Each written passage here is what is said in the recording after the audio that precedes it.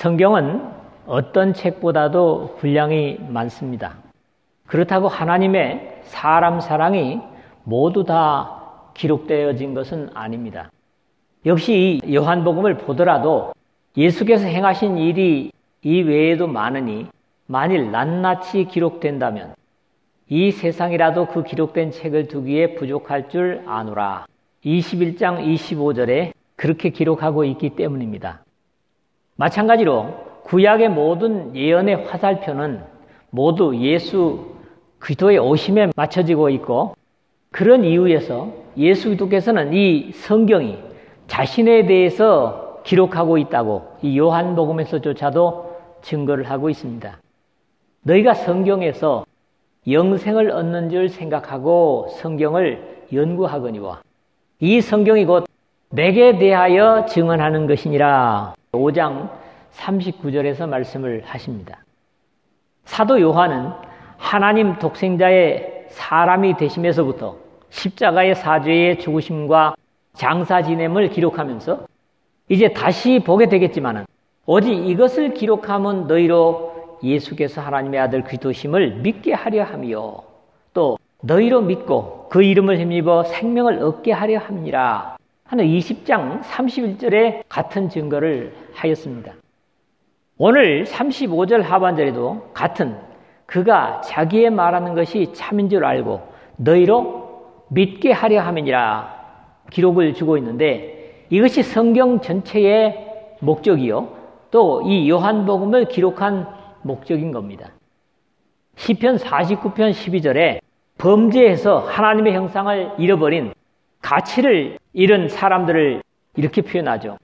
사람은 존귀하나 장구하지 못하며 멸망하는 짐승 같도다. 그렇게 했고요.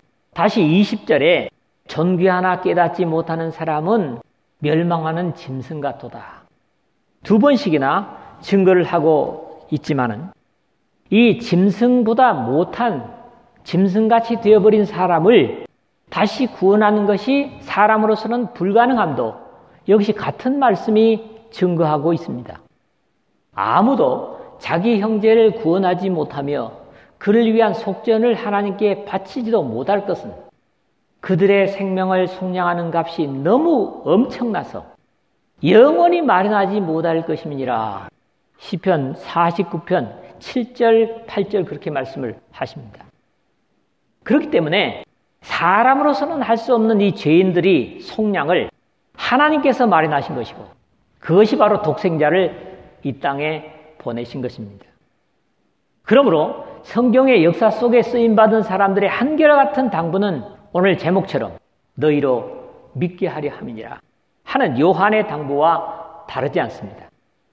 그러므로 결론부터 말씀드리면 수천 년 역사 속에 자신의 일꾼들을 보내셔서 하나님의 죄인된 사람 사랑을 증거하고 예언한 것은 모든 사람으로 믿게 하시려는 하나님의 사랑의 초청인 겁니다.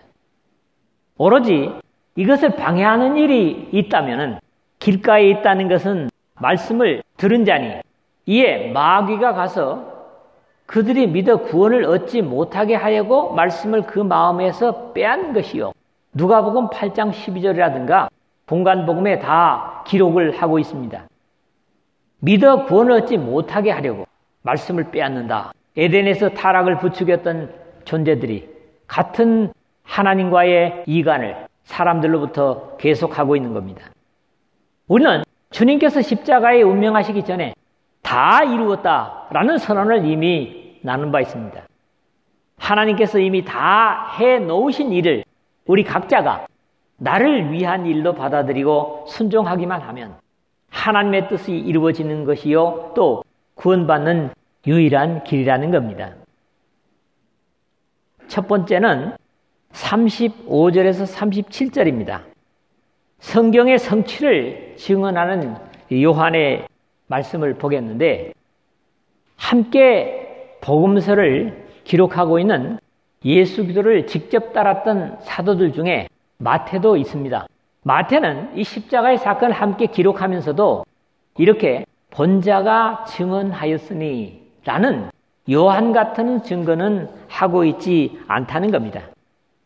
요한은 자신이 목격한 모든 사실을 단순히 본 것에서 끝나지 않고 이 본 사실들이 바로 구약 성경에서 예언에 성취되는 사실을 확인해주고 있는 겁니다.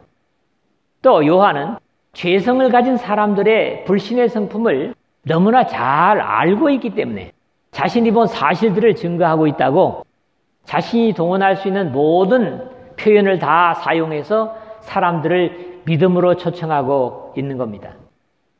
이를 본 자가 증언하였으니 그 증언이 참이라 그가 자기의 말하는 것이 참인 줄 알고 믿게 하려 함이니라 되어 있습니다. 35절이죠. 요한은 단순히 예수의 죽음만을 본 것이 아니라 성경의 예언의 이루어짐을 봤다고 하는 것이면서 1세기 말에 유행했던 예수도에 대한 잘못된 견해나 생각, 영지주의라든가 또는 에비온파 이런 사람들은 예수님의 신성이나 인성을 믿지 않은 그런 부류들이었습니다. 이런 잘못된 것들을 바로잡는 귀중한 증언을 하고 있는 겁니다. 요한은 단순히 예수도의 죽으심의 목격자만이 아닌 이 일을 증언하고 이 일을 기록한 제자가 이 사람이라.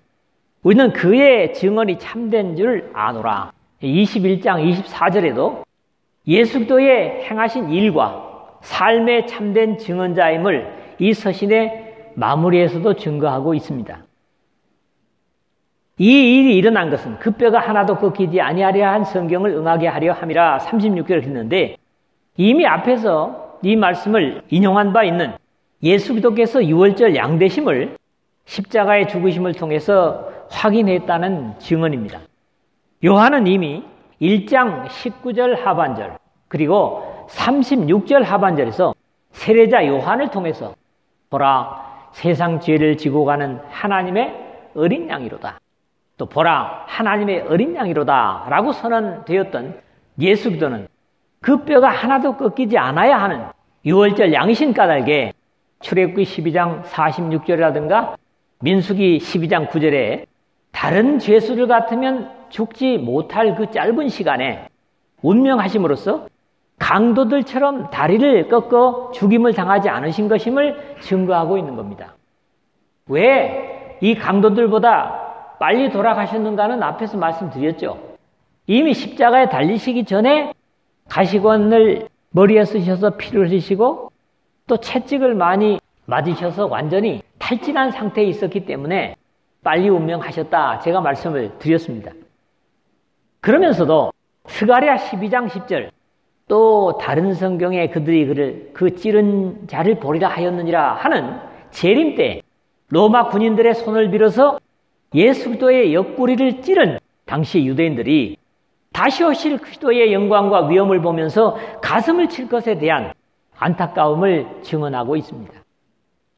영혼의 사람이요 진실된 사람인 요한은 단순히 자신의 육신의 눈으로 본 것만을 말하기보다는 자신이 본 이 모든 사실들이 당시의 영지주의자들의 또는 에비온파들의 잘못된 주장이나 만들어낸 이야기와는 다르게 성경을 이루는 것이었음을 진실되게 증언하고 있는 겁니다.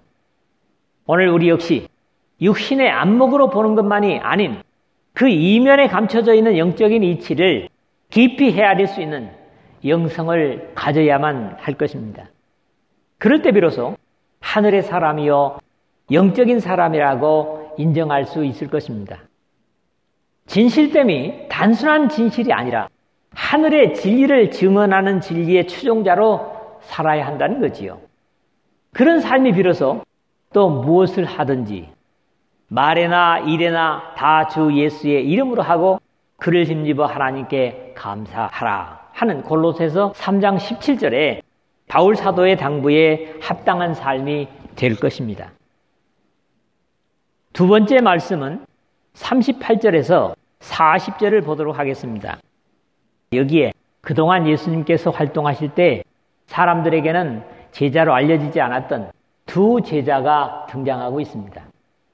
예수께서 살아계실 때는 주님의 형제들도 그랬지만 유대 사회에서 출교를 당하는 불이익이나 사회적 지위를 잃지 않으려고 예수 그리스도를 믿으면서도 겉으로는 드러내지 못했던 사람들이 여기에 언급된 사람들 외에도 들어있었을 것으로 그렇게 예상이 됩니다. 특히 위에 언급된 아리마대 사람 요셉, 니고데모 두 사람은 어떤 사람들보다도 예수 그리스도를 좋아하면서도 자신들의 지위나 다른 이유 때문에 예수 그리스도를 공경하면서도 살아계실 때는 보이지 않게 흠모하는 사람들인 것으로 요한은 표현하고 있습니다. 그럼에도 예수 그리스도께서 십자가에서 돌아가신 후에 오히려 그 시신을 달라고 하는 요구를 하는 것을 보면 그냥 건성으로만 주님을 존경하는 것이 아니었음이 나타납니다. 어찌 보면 죽음으로 끝난 것 같은 그리스도의 권위를 육신적으로만 봤다면 이런 요구를 하지 못했을 것이기 때문입니다.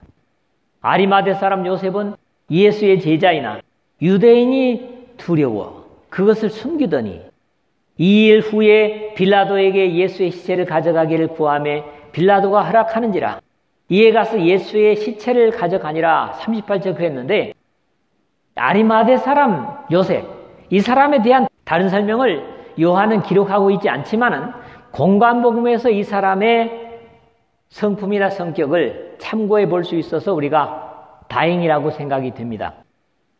마태는 이 사람을 부자 요셉이라고 마태복음 27장 57절에 기록을 하고 있고요. 마가는 이 사람은 존경받는 공회원이요 하나님의 나라를 기다리는 자라.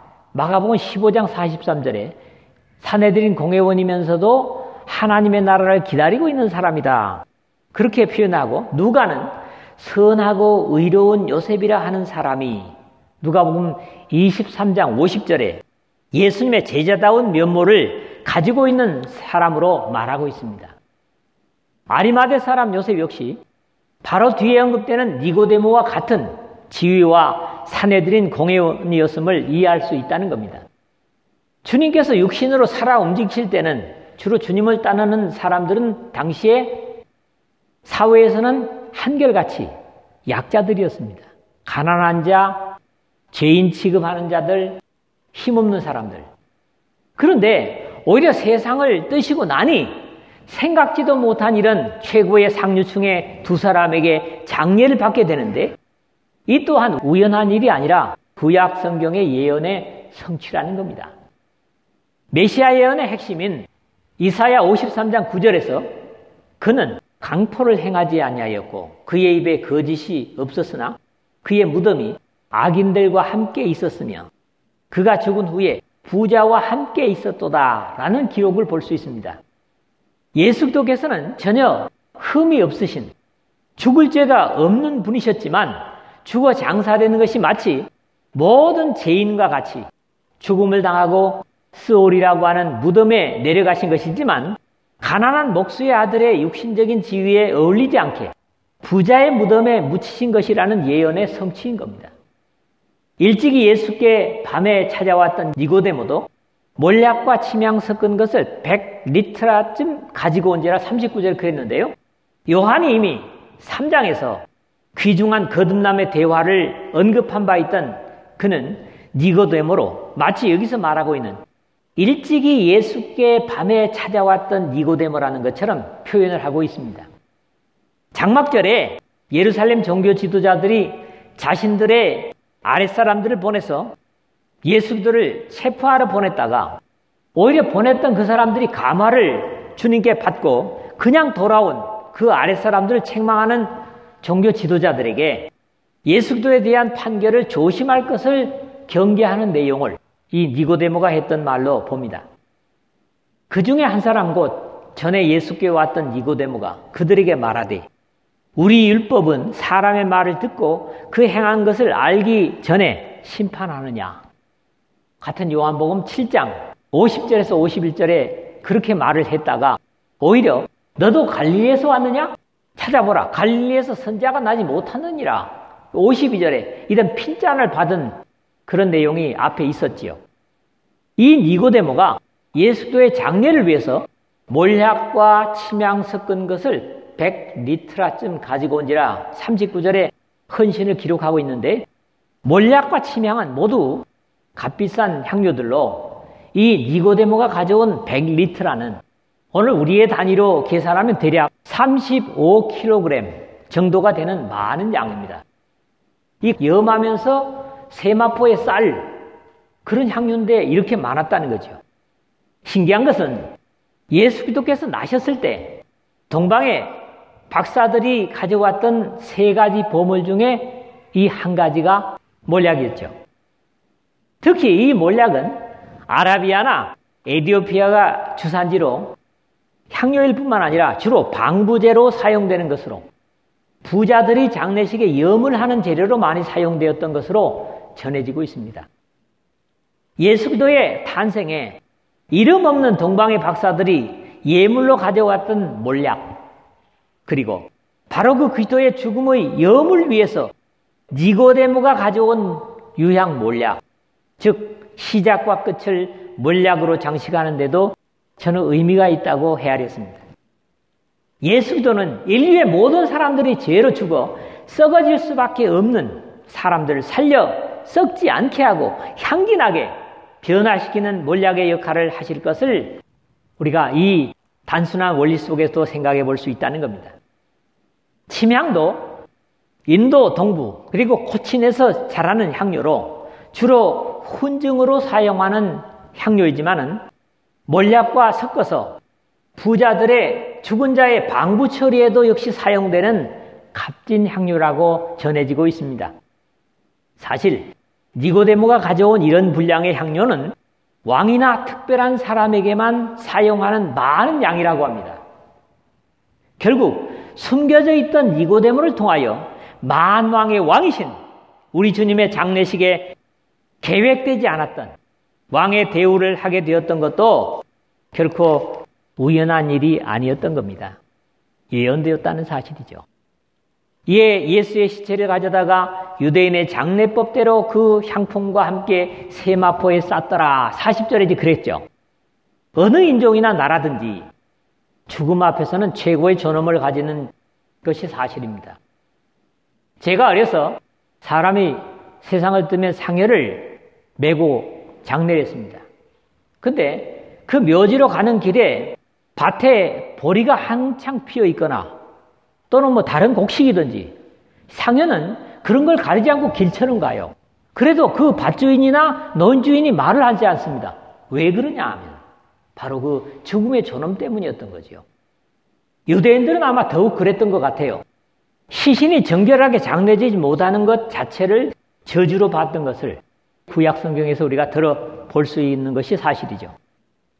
또 유대인이든지 로마 법이든지 교회 역사 속에 비록 적대시했던 사람일지라도 죽은 이의 동료들이 시신을 가져다가 장사 지내는 것은 크게 제재를 받지 않았던 것들을 마태복음에서 보는데, 헤롯이 죽인 세례자 요한의 경우 요한의 제자들이 와서 시체를 가져다가 장사하였다는 기록을 14장 10절에서 말씀하고 있습니다.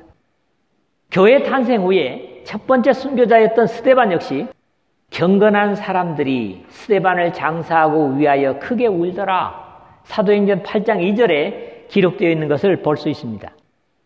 예수 그리스도는 죽음으로 가는 과정은 물론 죽어서까지도 주변의 사람들이 예상할 수 없었던 하나님의 역사로 사람들을 사용하셔서 철저하게 성경의 예언을 이루시는 하나님의 아들이셨음이 죽음에서조차 증거되었다. 이걸 우리가 확인하는 겁니다.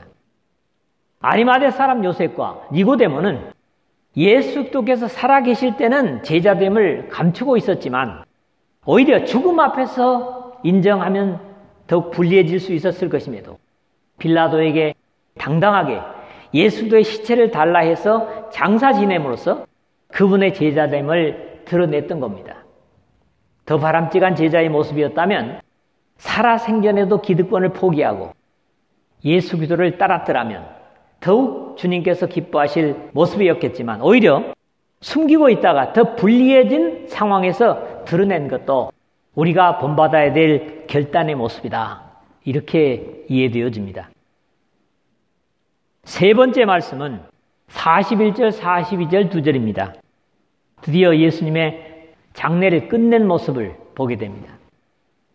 앞에서 인용했던 대로 그는 강포를 행하지 아니하였고 그의 입에 거짓이 없었으나 그의 무덤이 악인들과 함께 있었으며 라는 이사야 53장 9절 상반절에서 말씀해 예언이 역시 채워진 내용입니다.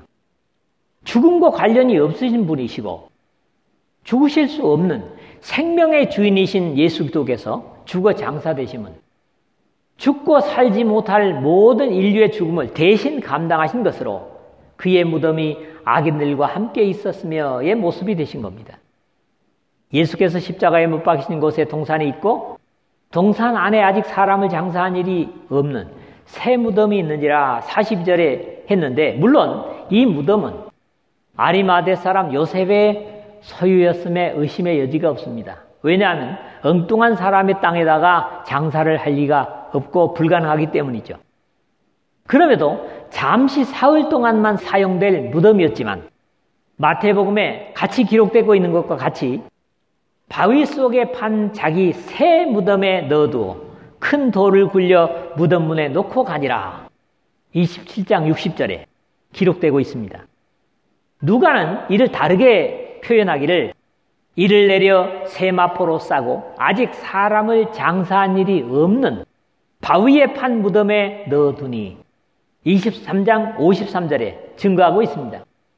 아브라함의 막벨라 굴처럼 창세기 25장 9절에 보는 대로 대대의 후손이 같은 굴 속에 장사되는 것은 요즘 우리나라에 납골당을 하나 사면 할아버지 장사하고 그 다음에 아들 장사하고 대대로 거기다가 화장을 해서 골분을 보관하는 것을 보는 건데, 이 역시 유대인들의 익숙한 관습인 거죠. 조상 대대로부터 같은 굴에다가 같은 무덤에다가 장사를 하는 것이 말입니다. 그럼에도 예수도는 아무 장사 지낸 적이 없는 새 무덤 속에서 3일 낮 3일 밤을 장사 지낸 채로 생명 없는 모습으로 계셨습니다. 완전한 승리와 능력의 부활을 위해서 죽음으로 침묵하고 계셨던 거지요. 이제 마태복음의 예수 그리스도의 부활에 대비한 유대 종교 지도자들의 염려로 군인들이 파수한 이야기는 생략되고 있지만은 주님께서 장사되셨던 모습만은 아주 사실적으로 분명히 나타내고 있습니다. 그리고 그 장례의 날에 대한 언급을 하고 있는 것으로 요한은 예수 그리스도의 죽음과 장례를 전하고 있는데, 이날은 유대인의 준비일이요 또 무덤이 가까운 곳으로 예수를 거기 두니라 42절에 그랬거든요.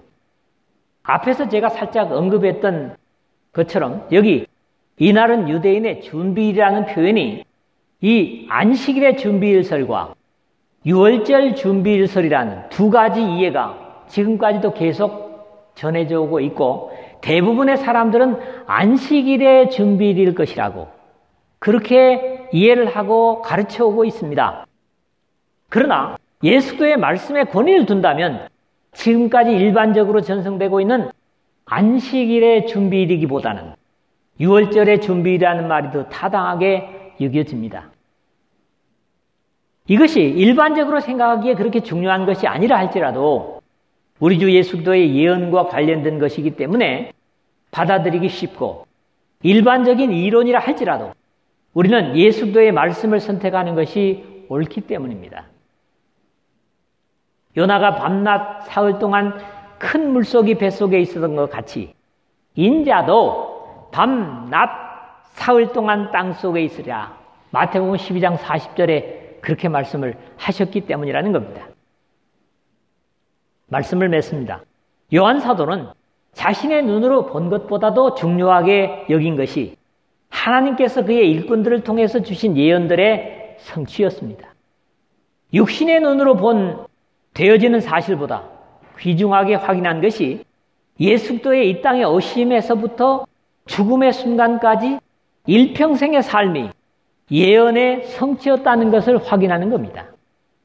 예수 그리스도께서 이 땅에 육신으로 살아 계실 때까지는 그 주님을 공경하고 우러러 보면서도 자신의 제자됨을 나타내지 못했던 아리마대 요셉과 니고데모는 오히려 주님의 권위가 끝나버린 것 같은 죽으신 뒤에 자신들이 제자됨을 예수 그리스도를 장사 지냄으로 증거하고 있습니다.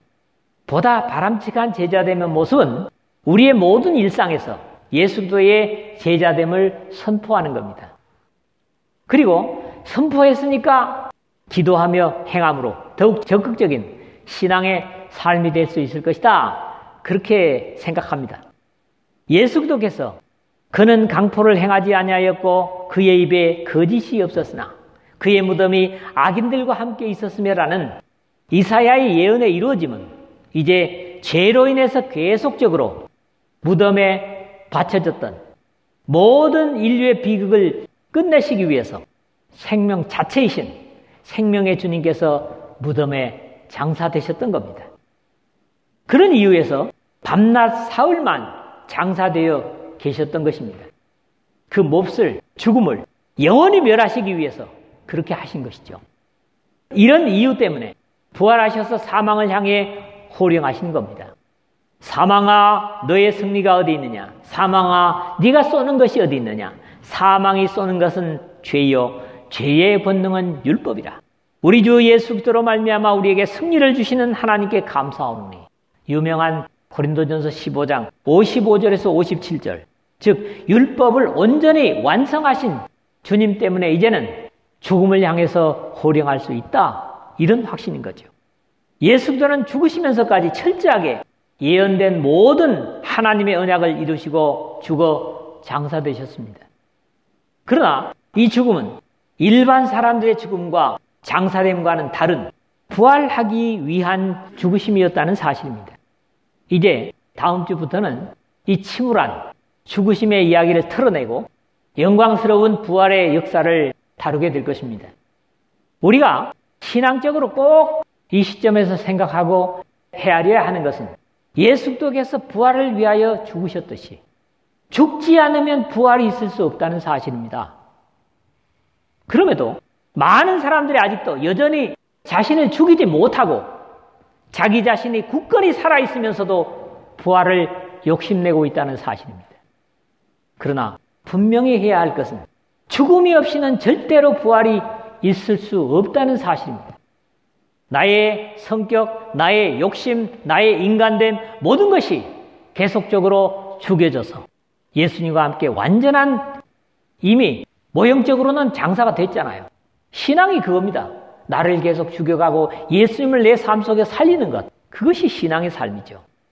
그런 이유에서 우리가 예수도와 같은 부활을 소망한다면 반드시 또 온전히 죽어야만 부활이 가능하다는 원리입니다.